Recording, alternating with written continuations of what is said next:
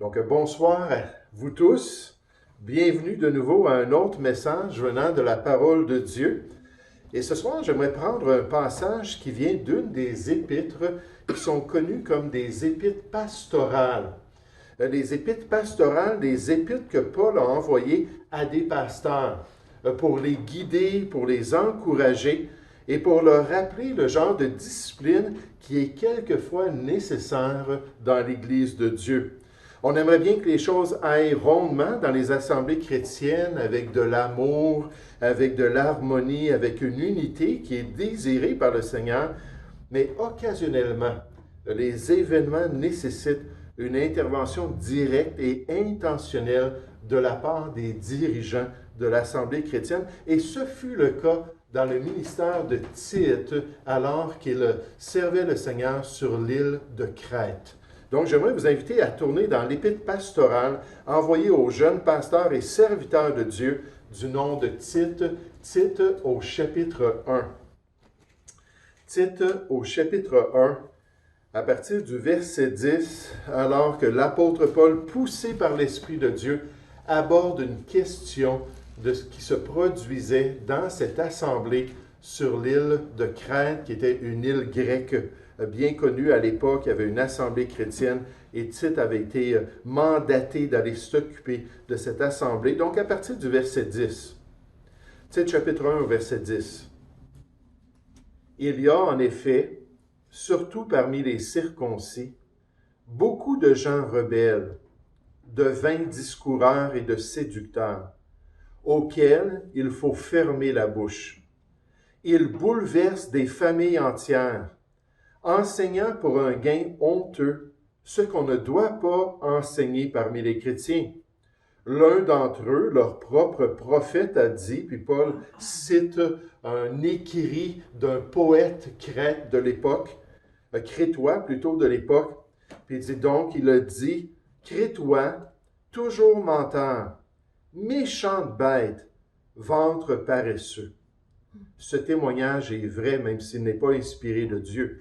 C'est pourquoi reprends-les sévèrement, ces chrétiens-là qui ont ces tendances-là dans l'Assemblée, afin qu'ils aient une foi saine et qu'ils ne s'attachent pas à des fables judaïques et à des commandements d'hommes qui se détournent de la vérité. Tout est pur pour ceux qui sont purs, mais rien n'est pur pour ceux qui sont souillés et incrédules. Leur intelligence et leur conscience sont souillées. Ils font profession de connaître Dieu, mais ils le renient par leurs œuvres, étant abominables, rebelles, incapables d'aucune bonne œuvre. Et ici, l'apôtre Paul décrit un problème qui avait lieu dans ce ministère-là où Tite était impliqué. Une réalité avec certaines personnes qui faisaient du trouble dans l'assemblée chrétienne. Et c'était le rôle de ce jeune pasteur, c'était sa responsabilité d'intervenir pour ramener l'ordre et la paix dans l'œuvre de son Dieu. J'aimerais qu'on puisse considérer ce soir ce qui s'est produit dans cette assemblée-là sur l'île de Crète. Puis j'aimerais vous faire remarquer qu'il y avait des gens rebelles parmi les brebis. Il y avait des gens rebelles parmi les brebis. Est-ce qu'elles étaient des brebis elles-mêmes? On ne nous le dit pas ici, mais on va aller considérer ça dans le restant de la parole de Dieu. Elles affectaient certainement la bergerie du Seigneur par leur rébellion et leur résistance à la volonté de Dieu. On voit ça au verset 10. Paul dit, il y a en effet. Donc, ce sont les circonstances auxquelles tu fais face, Tite. C'est la réalité dans cette assemblée-là. C'est un fait. Il y a en effet, c'est certain. Puis il dit surtout parmi les circoncis, parmi les Juifs qui assistaient à cette assemblée-là, parmi les descendants de Jacob qui se disaient être devenus des enfants de Dieu.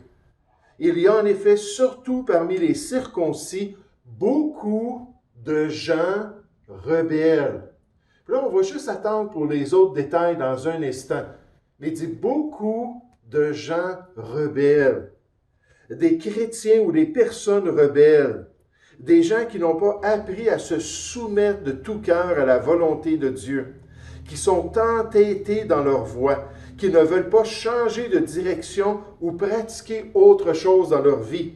Spiro Zodhiates, dans son excellent dictionnaire sur les mots grecs du Nouveau Testament, décrit ainsi la rébellion qu'on retrouve ici dans Tite chapitre 1 au verset 10. Il dit « être rebelle », c'est-à-dire ne pas se soumettre, désobéir aux autorités, vivre une vie désordonnée. Le pasteur Warren Wiersbe affirme concernant les rebelles de notre texte que Paul n'avait rien de bon à dire à leur sujet. Ils ne voulaient pas se soumettre à la parole de Dieu, ni à l'autorité du serviteur de Dieu, car ils étaient des insoumis. Puis là, il cite le texte en anglais. Là, il dit « rebelle » serait une bonne traduction du mot qu'on retrouve dans ce passage.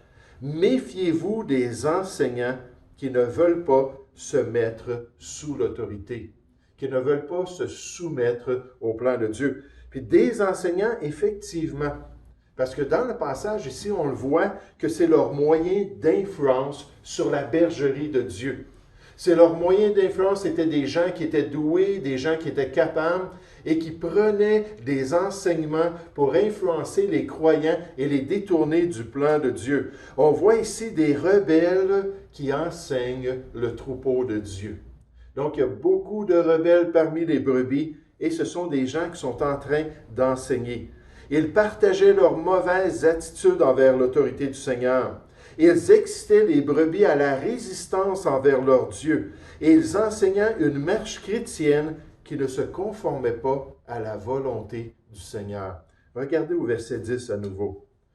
On disait, « Il y a en effet, surtout parmi les circoncis, beaucoup de gens rebelles. » Puis encore une fois, beaucoup de gens rebelles, ça me frappe de penser à ça dans une église chrétienne, dans une assemblée qu'on pourrait dire, il y a beaucoup de personnes rebelles au milieu de nous. Et nécessairement, quand c'est des grandes assemblées, il y a plus de potentiel. Je voyais quelqu'un qui m'a envoyé une photo des États-Unis, puis la personne était dans une réunion d'église, puis c'était une réunion que le bâtiment pouvait asseoir certainement 2000 personnes. Donc, quand tu as des grandes assemblées comme ça, il y a beaucoup de potentiel pour avoir beaucoup de gens rebelles. Et là, on les décrit ici. On nous dit, ce sont de vains discours, c'est vide de sens spirituellement. C'est même pas positif pour les enfants de Dieu. Et des séducteurs, des trompeurs, des gens qui viennent nous détourner du plan de Dieu, auxquels il faut fermer la bouche.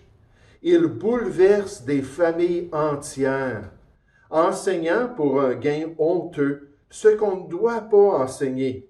L'un d'entre eux, leur propre prophète, a dit « Crétois, toujours menteur, c'est une caractéristique de votre société, c'est une caractéristique des gens de votre peuple. Toujours menteur, méchante bête, vente paresseux. » Ce témoignage est vrai. C'est pourquoi, Tite, toi, en tant que dirigeant dans cette Église, reprends-les sévèrement, afin qu'ils aient une foi saine et qu'ils ne s'attachent pas à des fables judaïques et à des commandements d'hommes qui se détournent de la vérité. Les rebelles avaient affecté l'Église de Dieu sur l'île de Crète. Ils avaient cherché à détourner les chrétiens de la volonté de Dieu.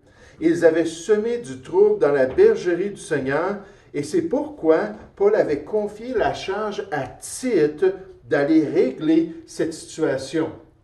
Et à Tite, il lui a dit, va-t'en là-bas ou je te laisse ici pour régler ça. De la même manière que pour l'Église d'Éphèse, Timothée avait été aussi chargé, dans 1 Timothée chapitre 1, d'aller dans cette Église-là pour régler les problèmes qu'ils étaient en train de vivre. Il était comme devenu leur pasteur intérim pendant un certain temps pour les aider. C'est la même chose pour Tite. Regardez au verset 5 de notre passage. Tite chapitre 1 au verset 5.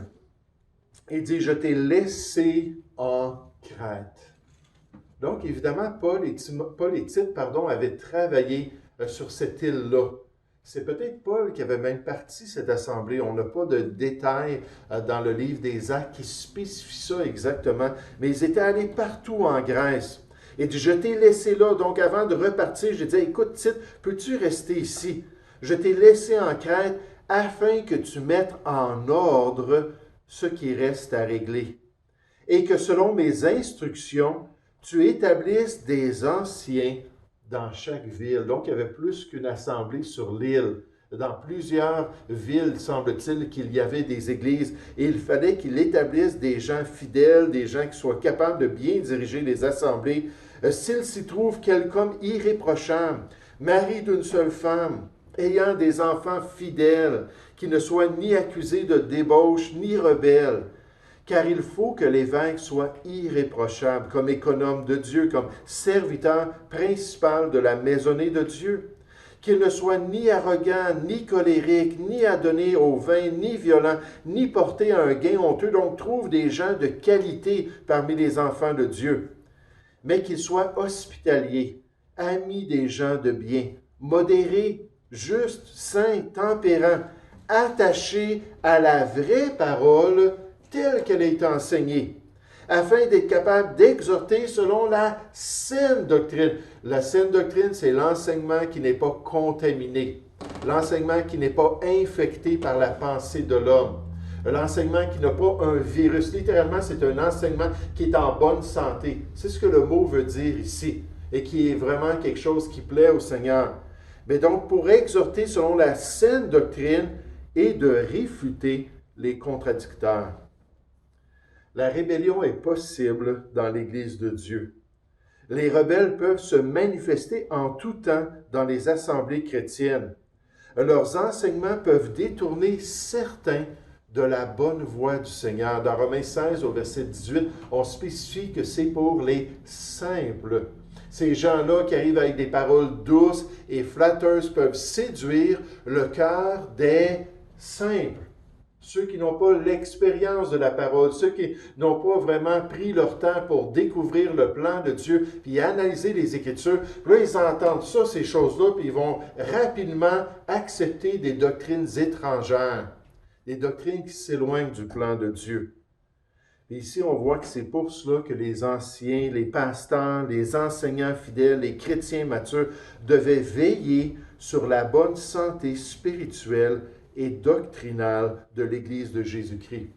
Maintenant, alors qu'on parle de cette rébellion-là, alors qu'on parle de l'impact sur l'Église de Crète, ou peut-être sur plus qu'une Église en Crète, on peut remarquer la cause possible de la rébellion dans le cœur humain. Ici, on nous présente une des causes pour la fausse doctrine, une des causes pour des enseignements et des influences qui s'élèvent contre le plan de Dieu. On nous présente ça ici lorsque des brebis ne sont peut-être pas vraiment des brebis de Dieu. C'est une des raisons. Ça ne veut pas dire que des vrais chrétiens ne peuvent pas errer.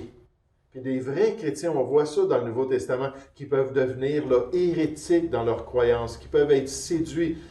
Les Galates, c'est juste un exemple dans l'Épître aux Galates. Si promptement ils avaient mis la grâce du salut en Jésus-Christ de côté pour se tourner vers la loi du judaïsme, puis suivre la loi de Moïse comme une méthode pour être sanctifié et pour marcher dans les voies du Seigneur. Mais ici, on nous présente le fait que des soi-disant chrétiens, des soi-disant croyants qui ne sont pas vraiment convertis peuvent influencer les églises chrétiennes. Ils se présentent comme des brebis, mais ne le sont pas réellement. Puis lorsque les cœurs n'ont pas été purifiés, n'ont pas été justifiés, n'ont pas été sanctifiés par le salut en Jésus-Christ, tout le potentiel est là pour être une mauvaise influence dans l'œuvre de Dieu. C'est pour ça que c'est tellement important de veiller là-dessus. Comme j'ai dit ce matin, Roger Williams. Quelqu'un me dit cela quand on cite quelqu'un qui est dans une autre langue et qu'on dit son nom, puis c'est quelqu'un qui connaît très bien les règles de la langue française, il ne faut pas le traduire en français. C'est pour ça que des fois, j'ai tendance à faire ça, puis je me rappelle, non, c'est Roger Williams. C'est un anglophone. C'est lui le père des baptistes en Amérique. C'était le premier à établir une église baptiste, puis je vous ai parlé de lui ce matin. Puis quand il est arrivé au Massachusetts, puis il a commencé à aller dans les églises, puis il a voulu assister à la plus grande église de la ville où il habitait. C'était une immense église. Puis il a commencé à parler avec les gens, puis s'intégrer dans l'église pour voir que les gens se faisaient baptiser, Puis lorsqu'il leur demandait pourquoi vous faites baptiser, ben c'est parce que c'est ça qu'on doit faire. Et qu'est-ce que ça représente le baptême? Ben ça représente absolument rien. Puis quand est-ce que vous avez connu Jésus-Christ comme votre sauveur? Ben on ne sait pas de quoi tu parles. Puis là, il était scandalisé par cela, de voir des gens qui étaient baptisés, qui devenaient des membres de l'Église, qu'on plaçait dans des positions d'enseignement, des positions d'autorité, les anciens de l'Église. Il disait, ça n'a pas d'allure, ça va détruire l'Église de permettre ces choses-là, parce qu'il faut que ce soit de vrais croyants qui influencent avec la parole de Dieu les vérités du Seigneur. Regardez au verset 13 de notre passage.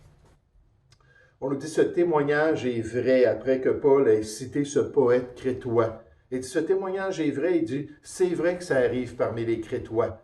C'est pourquoi reprends-les sévèrement, afin qu'ils aient une foi saine et qu'ils ne s'attachent pas à des fables judaïques. Et rappelez-vous, on nous dit, ce sont des circoncis.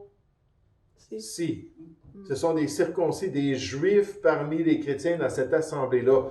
Donc, évidemment, il y avait des attachements pour les généalogies, il y avait des attachements pour certaines croyances qui étaient liées là, à la loi de l'Ancien Testament, puis les différents débats qu'il y avait entre ces éléments-là de l'Ancien Testament. Mais il dit qu'ils ne s'attachent pas à des fables judaïques et à des commandements d'hommes, donc la tradition qui était le Mishnah, le Guémara, qui était rajouté à la loi de l'Ancien Testament. Ce sont des commandements d'hommes qui se détournent de la vérité.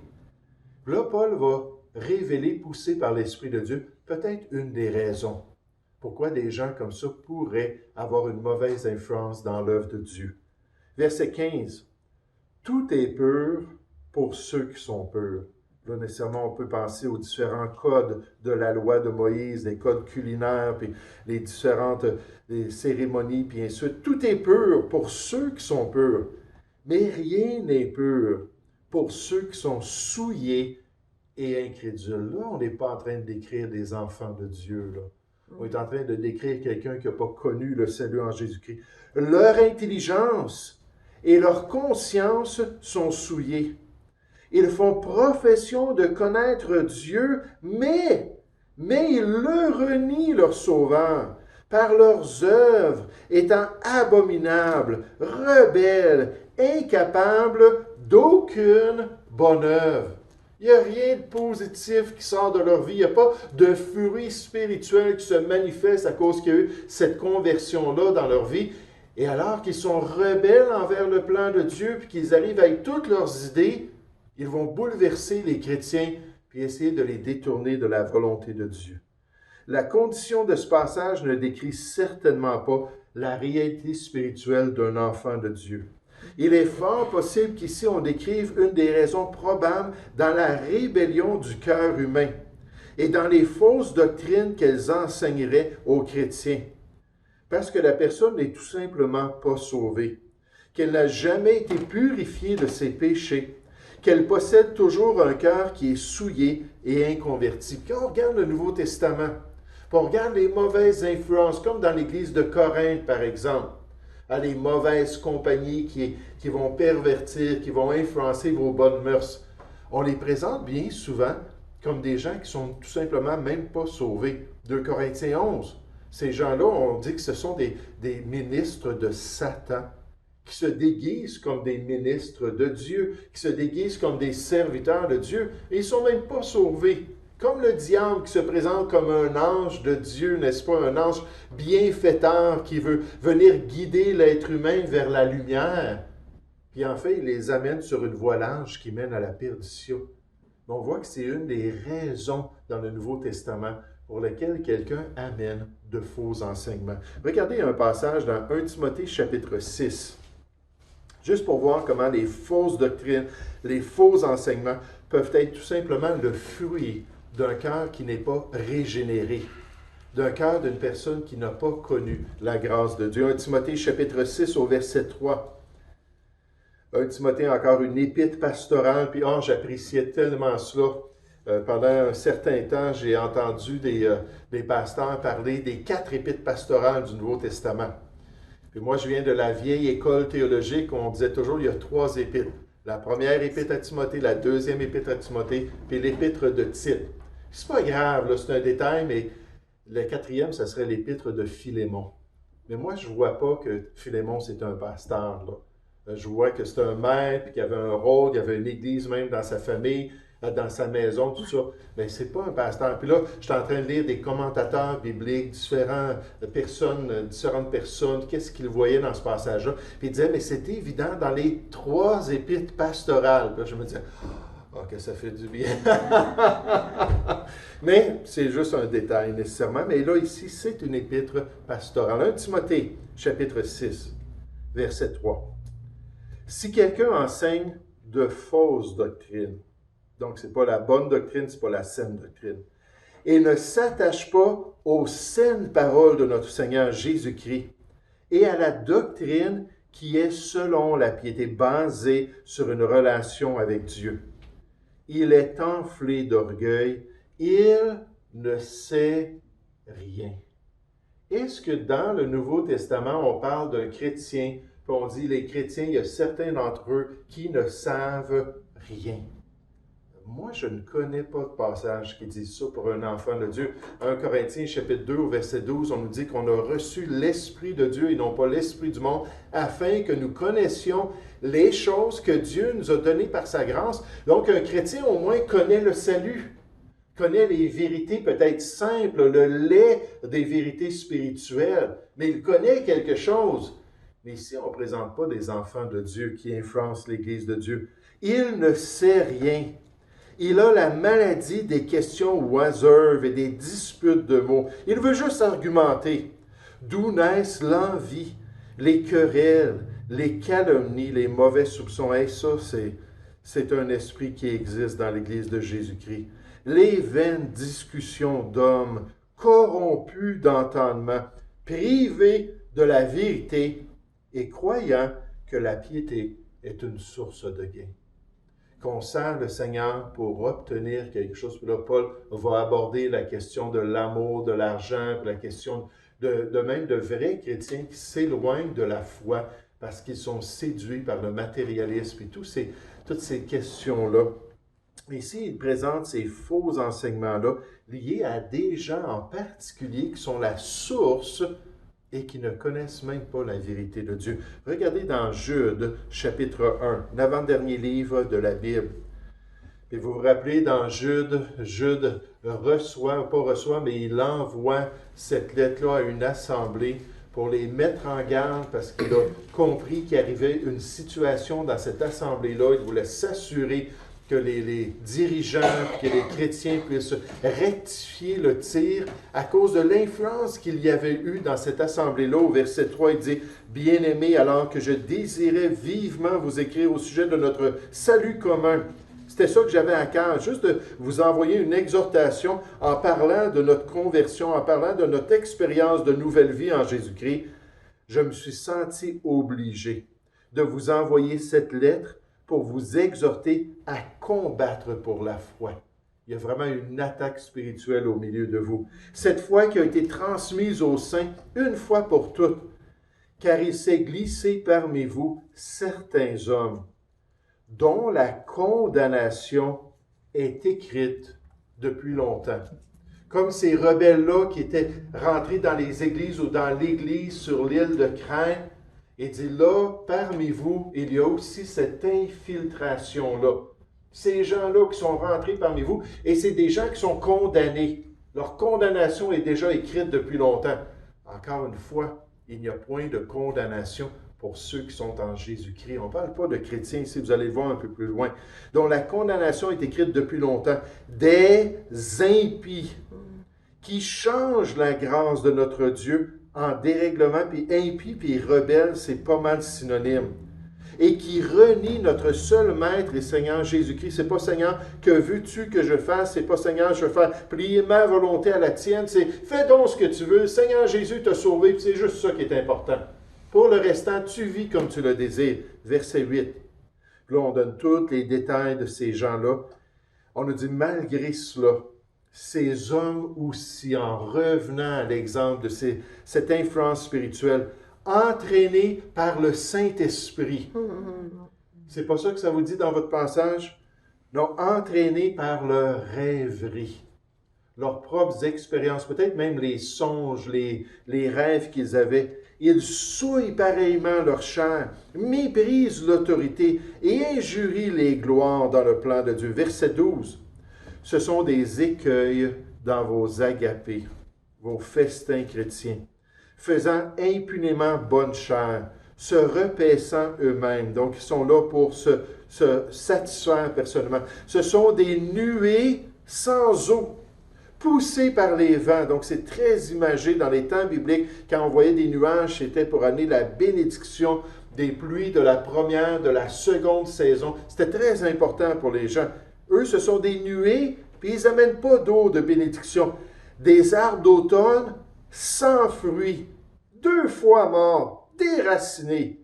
Des vagues furieuses de la mer, rejetant l'écume de leurs impuretés. Puis là, on tombe dans Ésaïe chapitre 40, où on nous parle, ou peut-être pas le chapitre 40, mais dans l'épître d'Ésaïe, le livre d'Ésaïe, pardon, le prophète Ésaïe dans l'Ancien Testament, où on nous parle des nations du monde et des vagues comme les grandes eaux, toutes les impuretés qui sont brassées par ces gens-là qui ne connaissent pas Dieu. Encore une fois, des vagues furieuses de la mer, rejetant l'écume de leurs impuretés, des races errants auxquelles l'obscurité des ténèbres est réservée pour l'éternité.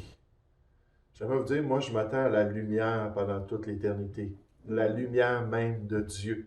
Ici, on parle des gens qui vont être jetés en dehors et des gens qui ne connaissent pas la grâce de Dieu. Verset 16. Ce sont des gens qui murmurent, qui se plaignent de leur sort, qui marchent selon leur convoitise, qui ont à la bouche des paroles hautaines, qui admirent les personnes par motif d'intérêt. Mais vous, bien-aimés, souvenez-vous des choses annoncées d'avance par les apôtres de notre Seigneur Jésus-Christ. Il vous l'avait dit d'avance. Il vous disait que dans les derniers temps, il y aurait des moqueurs, donc des impies, des rebelles, des moqueurs, marchant selon leur convoitise impie. Ce sont ceux qui provoquent des divisions, hommes sensuels, hommes animaux, hommes naturels. C'est traduit de différentes manières, n'ayant pas l'esprit. Dans Romains 9, au verset 9, on nous dit que si nous n'avons pas l'Esprit de Christ, nous ne lui appartenons point. Donc, encore une fois, cette erreur-là, cette poussée-là pour changer la grâce de Dieu en dérèglement, pour pervertir les voies du Seigneur, venait de personnes qui ne connaissaient pas Dieu, de personnes qui n'avaient pas une relation avec le Seigneur. Qu'est-ce qu'on apprend ce soir? C'est qu'il peut y avoir des rebelles dans les églises. Il peut y avoir des rebelles parmi les chrétiens. Et ces rebelles-là peuvent influencer par leurs enseignements le troupeau de Dieu. Puis c'est frappant, ils bouleversent des familles entières. Là, je peux m'imaginer quand ces gens-là revenaient à l'église baptiste de Crète, puis ils arrivaient, puis ils venaient parler à leur pasteur, puis « Pasteur, on est tous mélangés, là. Est-ce que Jésus, vraiment, c'était le Messie de Dieu? Est-ce que vraiment, là, son sacrifice a accompli notre pardon? » Et toutes sortes de choses que ces gens-là pouvaient leur dire. Puis là, ils devaient travailler à calmer les cœurs, puis à ramener la paix. Puis là, on voit qu'une des causes pour la rébellion contre le plan de Dieu, c'est que des fois, il y a des loups ravisseurs qui se présentent comme des brebis de Dieu. Puis on les reconnaît par leurs fruits. Puis un des fruits dans les Écritures, c'est l'enseignement ou l'influence qu'ils ont sur l'œuvre de Dieu. Donc, à la lumière de ça, on voit quelle grande tâche le jeune Tite a reçu, n'est-ce pas, d'aller et essayer de mettre de l'ordre dans tout ce désordre-là. Puis Dieu n'est pas un Dieu de désordre. Puis il aime ça qu'il y ait de la paix, il aime ça qu'il y ait de l'ordre et que les choses puissent bien fonctionner. Puis des fois, on a besoin de rajuster le tir pour s'assurer de faire taire. Ne leur permet même pas de continuer à parler et à partager ces choses-là dans l'Église de Jésus-Christ. Nous allons prier ensemble. Père Céleste, merci Seigneur que ta parole est là pour nous guider. Merci qu'elle est cette lampe-là sur notre sentier. Et merci que par elle, Père Céleste, tu nous apprends à pratiquer cette discipline qui est nécessaire dans ton œuvre. Et Père Céleste, on te remercie pour les chrétiens fidèles. On te remercie pour tes serviteurs qui veulent s'attacher à la saine parole de Dieu, qui veulent retenir la parole telle qu'elle a été enseignée à l'époque apostolique.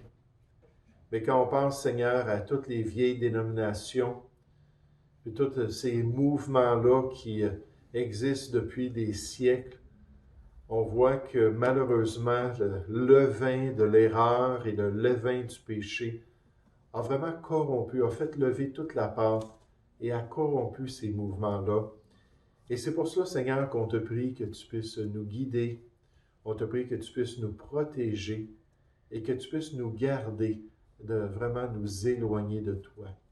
Aide-nous à avoir des cœurs affermis, Seigneur, aide-nous à ne pas nous attacher à des doctrines étrangères, des doctrines qui sont contraires au sens normal de ta parole, des vérités du Nouveau Testament. Aide-nous au contraire, Seigneur, à vraiment être affermis dans tes voies, à savoir ce que tu t'attends de chacun de nous, puis à rester attachés à ta vérité pour être de vrais disciples du Seigneur Jésus. Merci pour ton amour et merci pour les Écritures.